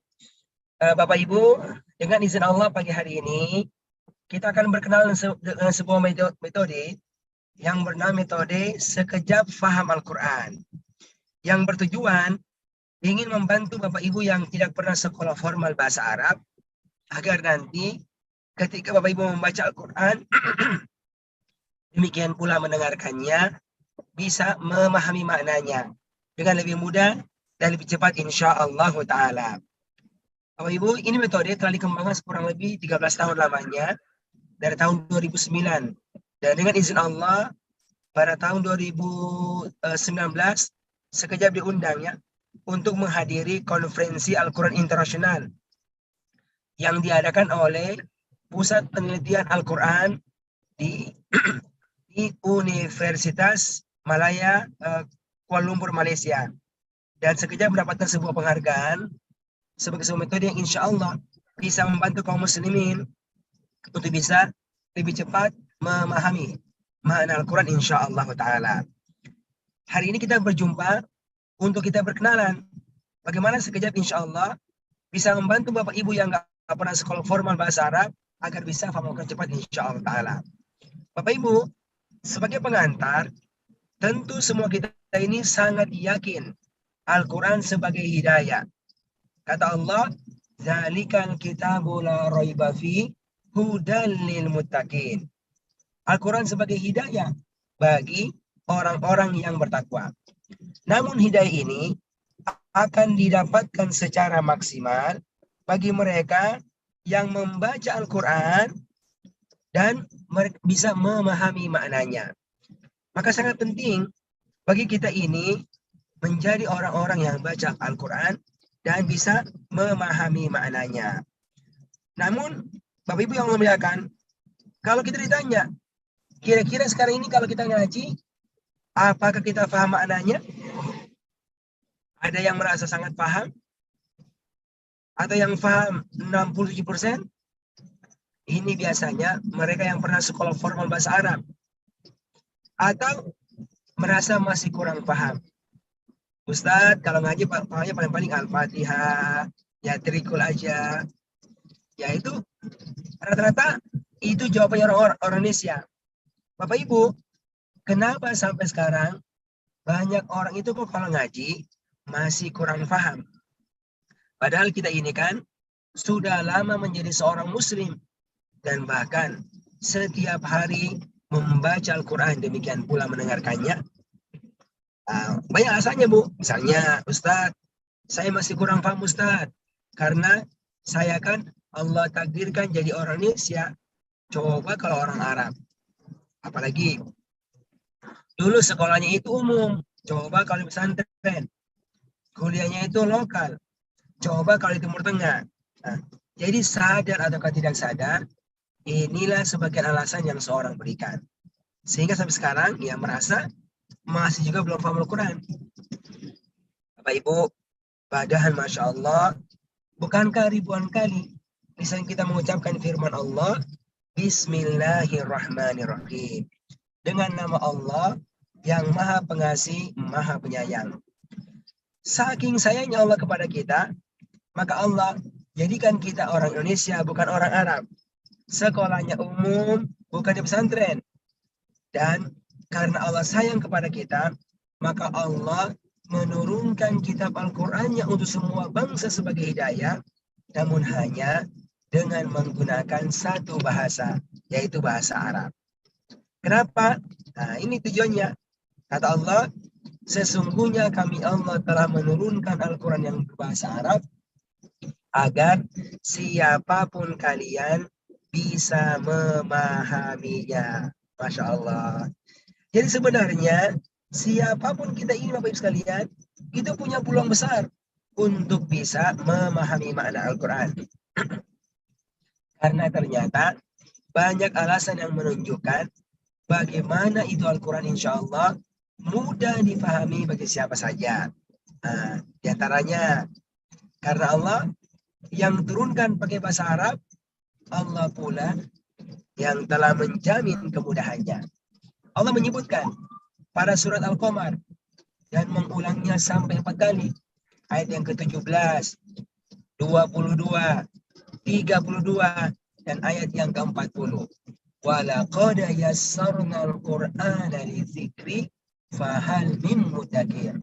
Dan sungguh-sungguh kami Allah telah memudahkan Al-Quran untuk menjadi pelajaran. Hari dia, kami telah mudahkan. Ibu, termasuk kemudahan untuk bisa memahami maknanya. Gitu. Yang penting kita mau belajar dan kita tahu cara belajarnya. Ini yang pertama. Lalu berikutnya, kenapa itu mudah? Karena dalam Al-Quran sebenarnya banyak kata-kata Al-Quran itu yang berulang-ulang sebenarnya, Bu. Kata-kata yang berulang-ulang. Demikian pula banyak pola-pola kata itu yang berulang-ulang atau mirip-mirip. Dan ini yang disyaratkan oleh Allah di surat Az-Zumar ayat yang ke-23. Allahu nazzala ahsanal hadithi. Allah telah menurunkan perkataan yang terbaik. Kitaban dalam bentuk sebuah kitab yaitu Al-Quran. Apa cirinya? Dua itu. Satu, mutasyabihan. Adanya yang mirip-mirip padanya. Bentuknya, pola-polanya, maknanya, dan juga masani berulang-ulang. Bapak Ibu, ya sebenarnya insya Allah kalau orang mau faham Al-Quran itu simpel sekali, sederhana. Ya. Apa itu? Nah, kalau Anda bisa menemukan ya, dan bisa menguasai kata-kata dan pola-pola kata yang sering digunakan dalam Al-Quran, maka inilah insya Allah yang akan membuat kita cepat bisa faham Al-Quran. Nah, sebenarnya ibu-ibu, bapak, sekejap hadirnya di sini, membantu Anda untuk bisa menemukan kata-kata bahasa Arab dan pola-pola kata bahasa Arab yang sering digunakan dalam Al-Quran. Nah, ini yang kalau kita sekolah formal bahasa Arab, kita jarang kita nggak pernah pelajari itu. Ya, tapi Masya Allah dengan sekejap kita bisa mengetahui. Oke ya. Makanya hari ini kita bertemu untuk menunjukkan kepada Anda, insya Allah semua Anda punya peluang untuk paham Al-Quran dengan lebih cepat, insya Allah Ta'ala. Oke, bagaimana caranya? Dengan cara Bapak Ibu nanti diundang, ya diajak ya untuk bisa mendaftar dan bergabung di kelas pelatihan sekejap. Nah ini ya, kelas pelatihan sekejap yang akan berlangsung selama 20 pekan. Ya, 20 pekan, setiap pekannya itu hanya 2 jam saja. Sekali aja 2 jam. Ya. Dan ini adalah angkatan yang kedua insya Allah yang mau diadakan. Karena Masya Allah sebelumnya ada sekitar 100 orang ya. Angkatan pertama itu yang mendaftar dan sudah berlangsung selama 2 bulan. Nah kita akan rencanakan bukan lagi untuk angkatan kedua. Ini insya Allah Ta'ala. Oke. Nanti bagaimana bentuknya? Belajarnya itu peserta nanti memang menggunakan Al-Quran sekejap. Yang seperti begini bentuknya. Al-Qurannya ini ya. Lalu nanti wajib memiliki 2 buah buku panduan. Inilah 2 buah buku wajib ya untuk para peserta. Buku warna merah, buku sekejap paham Al-Quran. Oke. Yang berisi ilmunya sekaligus berisi Al-Quran juz 1. Ya juz 1. Jadi kalau baru belajar tidak mesti punya Al-Quran 30 juz ini. Nah, cukup miliki buku merah ini aja. Ya. Dan juga kamus Al-Quran sekejap. Oke ya. Lalu langsung praktek belajarnya itu. Dengan menggunakan Al-Quran sekejap yang seperti begini bentuknya. Oke. Kita mulai Bu ya. Untuk perkenalannya. Jadi inilah Al-Quran sekejap. Ya Bapak sekalian. Sama sekali tidak ada terjemahannya itu. Apakah per kata ataukah per ayat. Al-Quran asli. Tetapi ya ada ciri-cirinya itu, ada yang khas. Anda lihat, pertama ada warna-warnanya, ya. Yang kedua itu ada garis-garis berwarna. Dan yang ketiga ada angka-angka. Inilah 3 simbol-simbol yang akan kita pelajari sekejap tentang pola warna, garis, demikian pula angka, simbol-simbol ini. Ya. Ini kalau kita kuasai maksudnya, nanti insya Allah ujung-ujungnya harapannya bisa membantu Anda untuk bisa paham 30 juz. Ya gitu ya. 6.000-an ayat. Ya. Berarti berapa kata itu Bu? Yang kita kuasai dari 30 juz. Nah, kata ulama kita ada sekitar 77.000-an kata. Ya, bayangkan Ibu. Ya. Ini kalau mau dihafalin berapa lama ini kalau mau dihafalin? Namun insya Allah dengan bantuan Al-Quran sekejap dan metodenya kita bisa hafal ribuan kata dalam waktu yang sangat cepat. Kenapa bisa begitu? Karena dengan izin Allah sekejap telah membantu ya membagi semua kata ini secara arti dalam 4 kelompok kata. 4 kelompok kata. Dan inilah nanti yang akan diberikan 4 warna dalam Al-Quran sekejap. Ya, Al-Quran sekejap. Oke, sekarang Bu kita mulai ya. Kita mulai dengan apa? Dengan belajar menerjemahkan perkata dulu. Tapi saya nggak akan bilang apa artinya. Misalnya, Bismillah, bi dengan tulis. Bismi nama tulis. Nggak ada gitu. Tapi membantu Anda untuk bisa menemukan sendiri maknanya dengan bantuan warna-warna ini. Oke ya, Pak Bambang di Bengkulu, Masya Allah.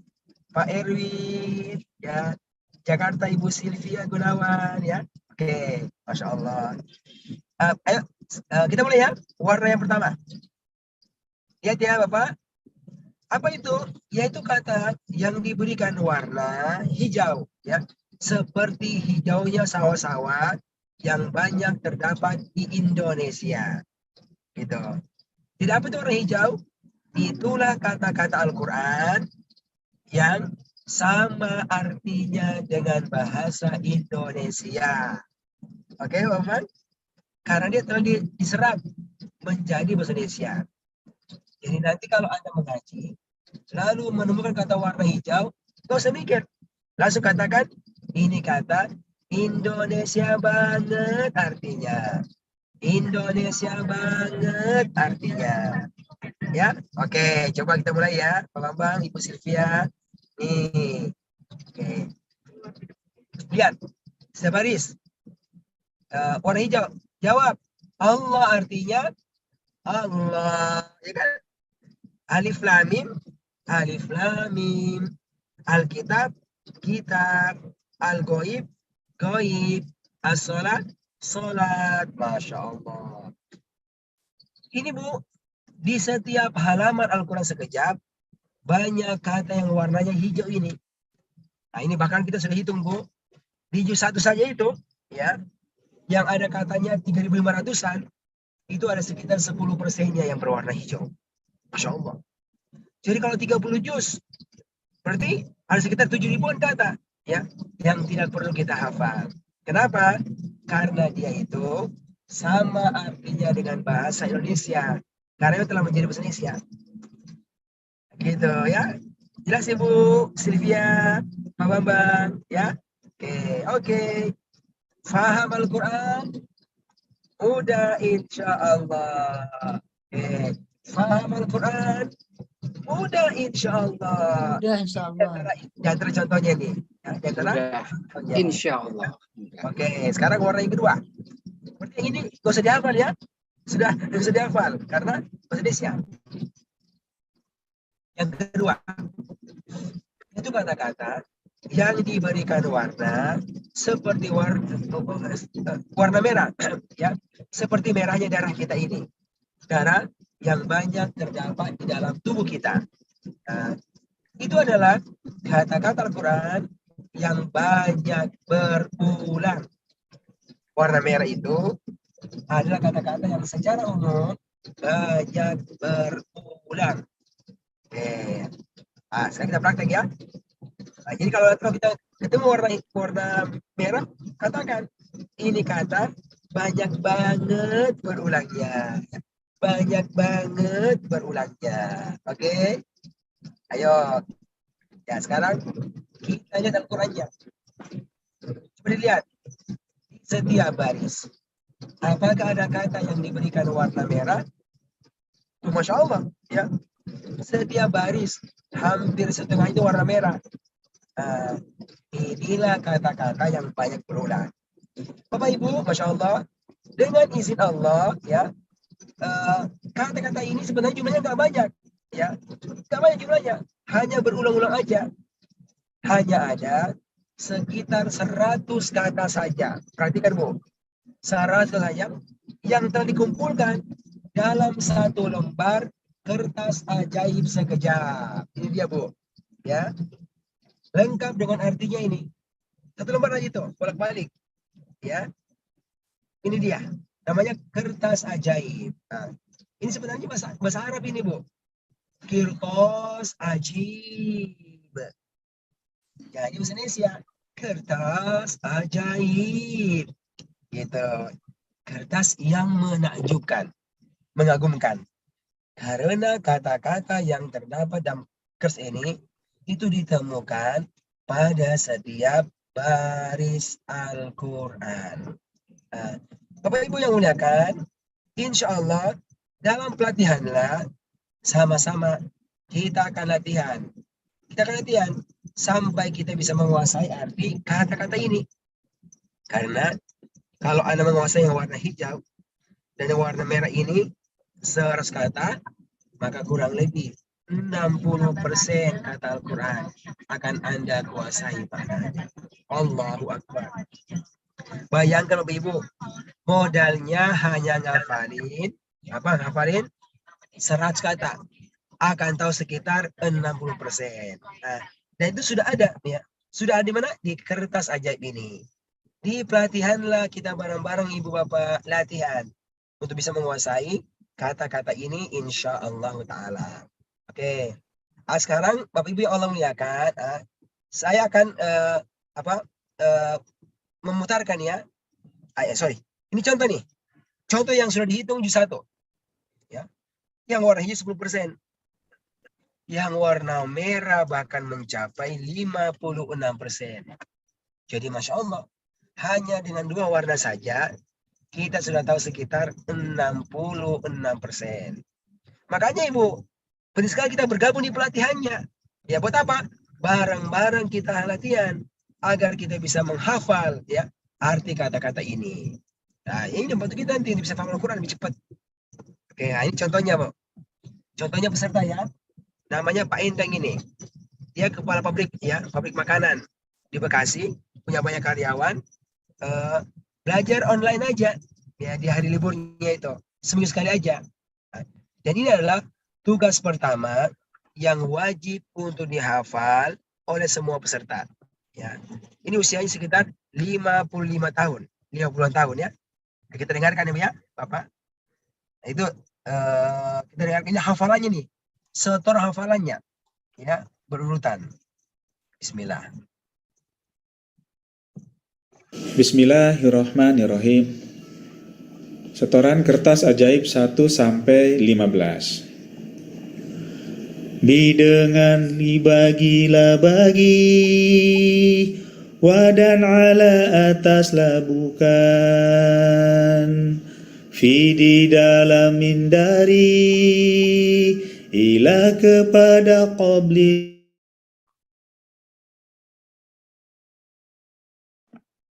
Suaranya freeze, Ustadz.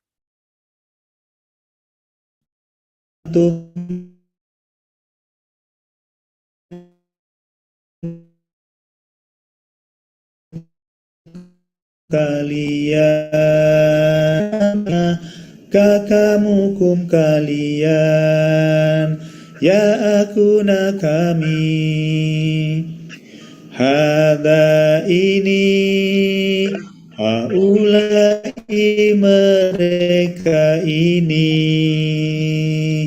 zalika itu ulaika mereka itu alladzi orang yang alladzina orang-orang yang ma apa yang man orang yang. Oke, dan seterusnya. Bismillahirrahmanirrahim. Masih muda, 50-an tahun. Ini teman kelasnya nih, Pak Hussein, 79 tahun. Baru belajar sekejap. Ya. Dan ini apa? Materi utama yang harus dihafalkan dan dikuasai. Alhamdulillah beliau bisa. Nah, kita dengarkan ya. Setelah hafalannya ini. Bismillahirrahmanirrahim. Kertas ajaib 1. Bidengan dibagilah bagi, dan ala ataslah bukan, di dalamin dari, illa kepada qabla sebelum, huwa diahu. Dan seterusnya. Ini terakhir, Bu. Contoh, ibu-ibu pengajian. Suaminya pergi kerja, anaknya pergi sekolah, ibunya pergi pengajian, belajar sekejap. Belajar sekejap. agar bisa paham Al-Quran. 20 pekan mereka lewati, ya, banyak kata yang mereka kuasai, banyak pola-pola grammar yang mereka kuasai, dan juga mereka praktek untuk bisa menerjemahkan paham juz 1 selama 20 pekan, 20 minggu. Ya, selesai. Ada ujiannya, ini ajar syukuran penamatannya. Kita lihat, kita dengarkan dia penampilannya, Bapak Ibu. Dengan dibagilah bagi wadah ala atas labukan di dalam hindari ila kepada kaum sebelum wadiyahu mereka anta kamu antu kalian anak aku nahdu kami wadiyahu mereka kakamu pun kalian ya aku nak kami ada ini haulai mereka ini dalika ini. Oke, dan seterusnya. Nanti dengan bekal itu, Bu, ilmunya kayak pakai nih. Buat apa? Buat menerjemahkan langsung Al-Quran. Ya, oke, ini contohnya, Bu. Ini Bu akan terjemahkan langsung ini. Dengan dibagilah bagi wadah ala atas labukan. Siapa yang mau terjemahkan? Ya, seperti ini, Bu. Nah, itu ada Al-Quran depannya. Dia langsung Bismillahirrahmanirrahim. Innalladzina amanu, sesungguhnya orang-orang yang beriman, walladzina hadu, dan orang-orang Yahudi, wan nasara, dan orang-orang Nasrani, wassobiin, dan sobiin, man amana, barang siapa yang beriman, billahi, kepada Allah, wal yaumil akhir, dan hari akhir, wa amila sholihan, dan beramal soleh, falahu, maka bagi mereka ajruhum, pahala mereka, inda rabbihim, di sisi Tuhan mereka, wala khaufun, dan tidaklah ada rasa takut, alaihim, atas mereka, wala hum, dan tidaklah mereka yahzanun, bersedih hati. Masya Allah. Nah, kira-kira begitu Bapak Ibu yang Allah muliakan, ya. Oke, ya.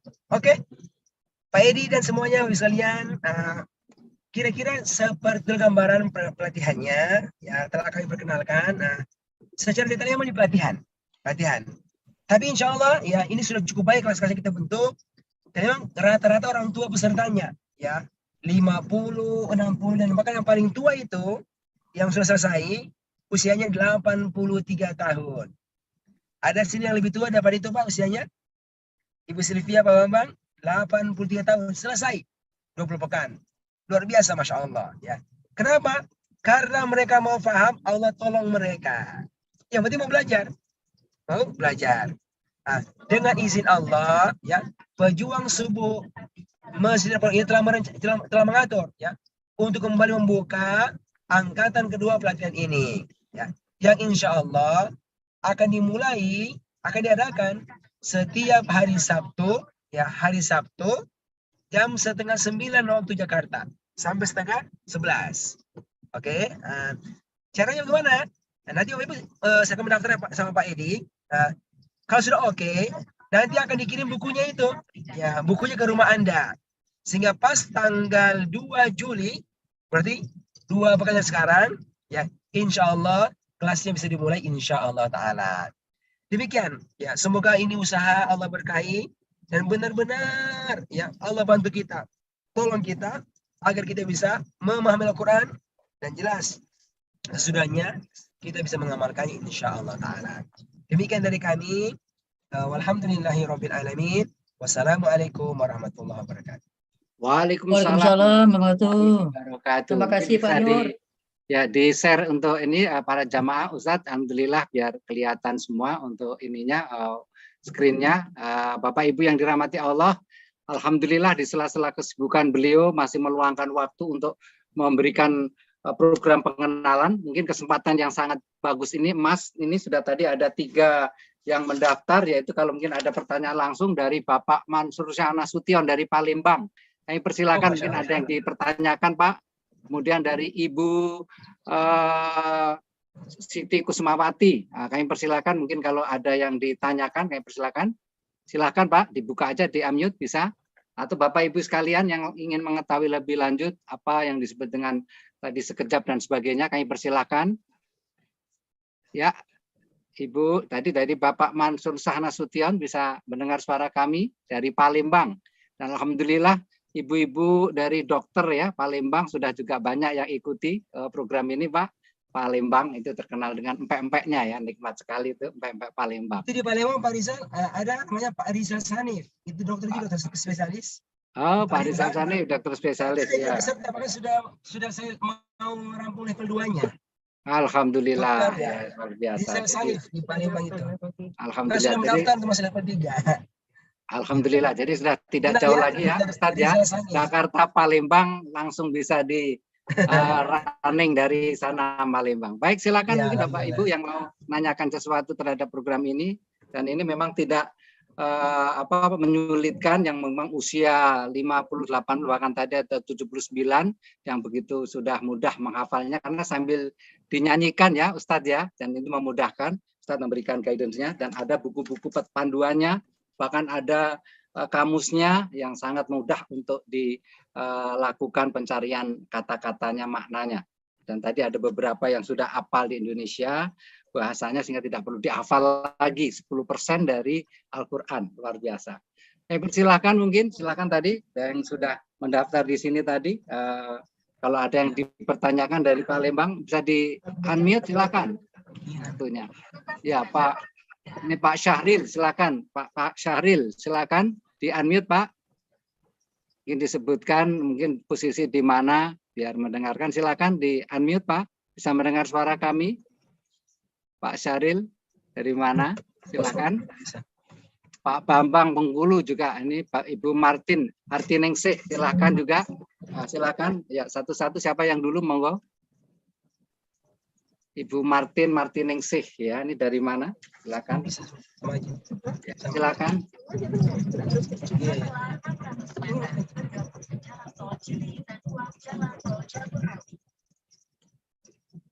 Silakan Pak Ibu, ini ada Ibu Martin. Silakan Ibu Martiningsih kalau ada pertanyaan, tadi ada. Nggak bisa. Silakan Ibu, bisa dibuka ini mungkin itunya.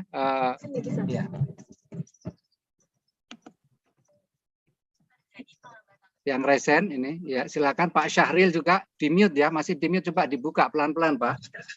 Pak Syahril silakan. Bisa, sudah bisa. Mohon dibantu mungkin Pak Reddy, bisa di unmute Pak. Sudah bisa dari sana langsung. Yang ada tanda mikrofonnya Pak, ditekan lagi. Pak Syahril, tadi ada Pak Mansur Nasution dari Palembang. Nah ini tadi, silakan kalau yang itu tadi, Bu Martiningsih, silakan Ibu dibuka. Belum bisa, apa coba? Ya, coba. Silakan, sudah bisa langsung dari sana langsung Ibu. Ya silakan. Ya silakan Ibu.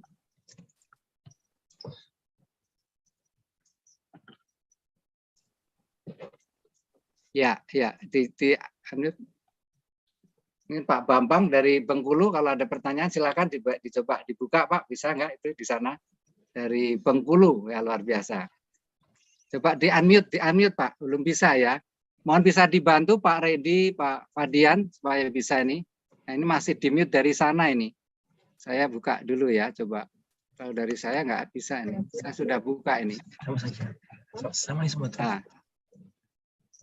coba dibuka gitu. Nah,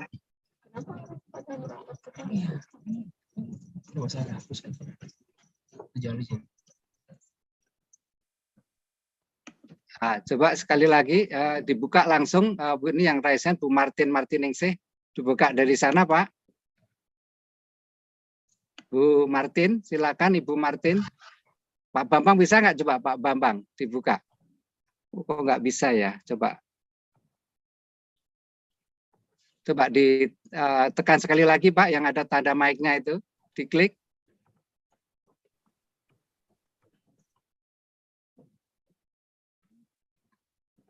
Pak, ini saya matikan ya. Nah, coba sekarang Pak, monggo dicoba. Sudah bisa? Belum bisa. Ditekan lagi.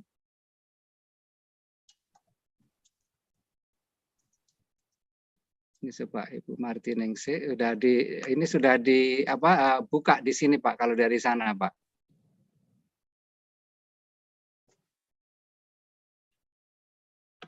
Dicoba sekali lagi mohon bantuannya, coba Pak Bambang, ditekan nggak bisa?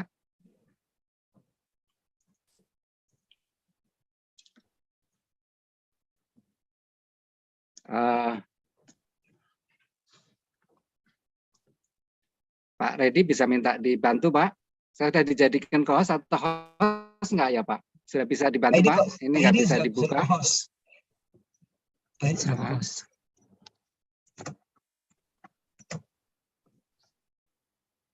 Nah, ini sudah bisa ya. Jadi nanti intinya nah, yang mau bergabung ya bisa hubungi Pak Edi ya di nomor HP-nya Pak Edi. Ya.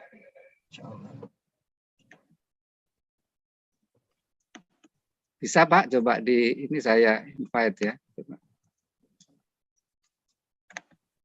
Kalau di sini sudah bisa ini semua ini sudah kita buka. Bismillahirrahmanirrahim.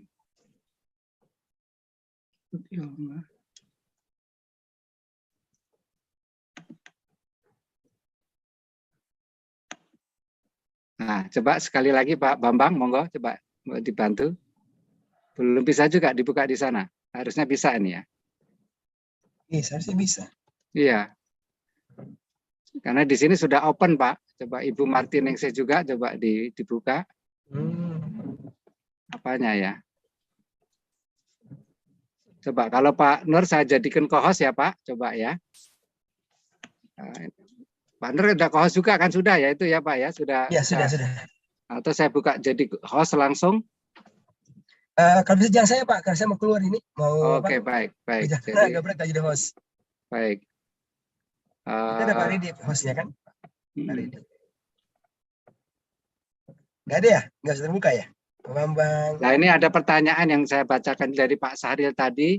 Apakah Al-Quran, buku, dan kamus itu ada dijual di toko buku? Nah ini Ustadz, mungkin bisa dijelaskan.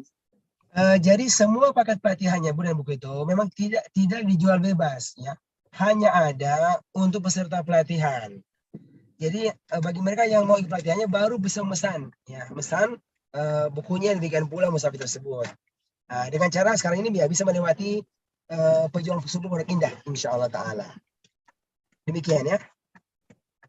Ya, bisa menghubungi kami langsung Pak, 08 551 436 778. Kebetulan yang admin sedang cuti, kami akan menghandle langsung ini membantu Bapak Ibu. Dan nanti bisa dikirim bukunya sebelum tanggal 2 Juli ya insya Allah Ustadz ya. Kita mulai, jadi kemarin kita juga sudah pemesanan buku-buku Ustadz, mohon bisa nanti segera dikirim, kami juga akan bantu untuk langsung kirimkan ke masing-masing Ustadz, terutama yang di luar kota. Nanti insya Allah bisa tepat waktunya dan alhamdulillah bisa berjalan dengan baik. Ya, silakan mungkin tadi dari Ibu Martiningsih apa yang dibaca atau di chatting dulu boleh. Pak Sahril tadi sudah jelas ya Pak. Nanti yang ada di buku-buku ini akan kita kirim langsung kepada alamat karena memang ini tidak tersedia di toko lain karena khusus untuk yang mengikuti training ya. Jadi ada dua. Yang pertama adalah buku pegangan yaitu yang berwarna merah buku panduannya, kemudian warna hitam ini yaitu untuk kamus, kemudian yang satu adalah kertas ajaib. Jadi ada 3 nanti yang kita kirim. Insya Allah tepat waktu mungkin. Belum bisa ya Pak Bambang atau di chatting mungkin Pak Bambang apa poinnya nanti saya akan bacakan di sini. Yang lain lagi. Pak Edi, saya sebenarnya minta izin permisi dulu ya. Nanti kalau boleh nanti peserta bisa ini bisa bertanya kepada Pak Edi untuk teknisnya. Baik. Ya, ini itu Pak Bambang sudah bisa. Pak Bambang satu lagi sekali. Tadi udah bisa Pak. Coba dibuka Pak. Sudah. Silakan. Tadi udah bisa. Belum itu belum bisa terbuka. Ya. Baik, terima kasih. Assalamualaikum warahmatullahi wabarakatuh. Waalaikumsalam ya. Pak Edi, terima kasih Pak Nur, Ustadz, terima kasih juga sudah dapat pencerahan, dan Pak Fadila, Pak Asril, dan teman-teman yang ada di room ini. Sangat menyesal sekali, saya pernah daftar juga untuk ikut sekejap, sudah waktu bulan Ramadan. Tapi karena sesuatu dan lain hal, tidak bisa langsung mengikuti, karena satu memang belum saya kirim, kedua waktunya, karena saya masih aktif di ini kegiatan kebetulan di pengawas sekolah, dan aktif kebetulan ada pas guru penggerak, sekolah penggerak, jadi nggak bisa bersamaan karena waktunya bersamaan juga. Jadi mungkin lain kesempatan nanti saya mudah-mudahan, karena dari penjelasan beberapa kali saya ikut penjelasan Pak Ustadz Nur, juga nampaknya pencerahan lebih kuat itu untuk memahami konteks. Ya memang usia saya sebentar lagi ini, tinggal menunggu bulan untuk Purna Bakti ke-60. Ya. Kebetulan Pak masih sangat muda Pak Bambang. Kita 70 tahun, 60 tahun tuh biasa di sekejap itu, dan banyak. Itu rata-rata usia gitu, 60, 70 pesertanya itu. Insya Allah bisa memudahkan, insya Allah. Ya mudah-mudahan nanti ini kan masih ada berlanjut. Ya. Karena saya memaksimalkan ya menjelang di ujung ini kan kebetulan ada kegiatan di GTK, sekolah penggerak, guru penggerak. Jadi kebetulan ikut bergabung juga di sana sebagai fasil, sebagai ininya pendampingan juga. Jadi waktunya padat. Jadi mudah-mudahan nanti longgar, karena itu kan pagi hari. Kegiatan aktivitas kita rutinitas ya di pagi hari juga. Tapi saya ngikutin terus ini. Rutin Pak dibuka. Ya, insya Allah. Kasih rutin Pak dibuka, insya Allah. Ya, mudah-mudahan dilapangkan nanti. Siap. Yang jelas, Ya, baik. Pak Edi, terima kasih Pak Edi. Ya, baik Pak. Insya Allah kata selanjutnya ya Pak. Ya, pencerahannya tiap pagi ya. Baik, Ibu Martin tadi, Ibu Martin Hartiningsih, sama Pak Mansur Syah dari Nasution terakhir nih sebelum Bapak Ustadz Nur akan meninggalkan karena banyak acara. Mari silakan Bapak Mansur Syah dari Pak Mansur Syah Nasution dari Palembang, mungkin masih ada. Atau yang lain kami persilakan mungkin kalau ada pertanyaan. Ini dari Pak Saril tadi tadi sudah dibacakan apa pertanyaannya. Oke, Ibu Martin Hartiningsih tadi yang resen, sekali lagi satu. Apa mungkin ditanyakan, kalau tidak bisa langsung nanti ke saya saja, apa yang ditanyakan nanti saya akan sampaikan langsung kepada Ustadz Nur Ihsan. Baik, Bapak Ibu yang dirahmati Allah, ya sekali lagi saya silakan menghubungi kami di 08 551 436 778. Seperti apa yang saya sudah sampaikan juga di chatting. Sekali lagi langsung ke saya, Edi Cahyono, 08 551 436 778. Langsung saja ke kami akan segera langsung follow up. Baik, Bapak Ibu yang dirahmati Allah, ini terima kasih ada Pak Erwin juga hadir, semuanya ini yang dari jauh, Pak Joko Ismunadi dari Makassar, Ibu Bapak. Pak Edi saya izin ya. Pak Edi. Ya, baik. Terima kasih. Izin dulu ya. Ya, baik, terima kasih. Kita tutup dengan bacaan kafaratul majelis kita ya Ustadz. Bismillahirrahmanirrahim. Subhanakallahumma wa bihamdika. Baik, terima kasih Bapak Ibu semuanya. Terima kasih. Wassalamualaikum warahmatullahi wabarakatuh. Waalaikumsalam warahmatullahi wabarakatuh. Terima kasih Pak Nur, terima kasih Pak Edi. Terima kasih Pak Asril, Pak Nur semuanya, Pak Bambang, Pak Joko, Bu Fadian, Bu Rusika ya. Oke, silakan Ibu kalau ada pertanyaan. Terima kasih. Terima kasih Pak Edi. Terima kasih Pak Asril. Terima kasih semuanya Bapak Ibu semuanya. Semoga berkah ya. Pak. Sehat. Ya Pak, sehat. Alhamdulillah Pak Asril juga, Pak Edi juga ya. Terima kasih Pak Edi. Jadi Pak Asril saya pamit. Ya, besok Bapak Ibu semua. Assalamualaikum. Terima kasih. Assalamualaikum. Assalamualaikum warahmatullahi wabarakatuh. Terima kasih Pak Edi. Terima kasih Pak.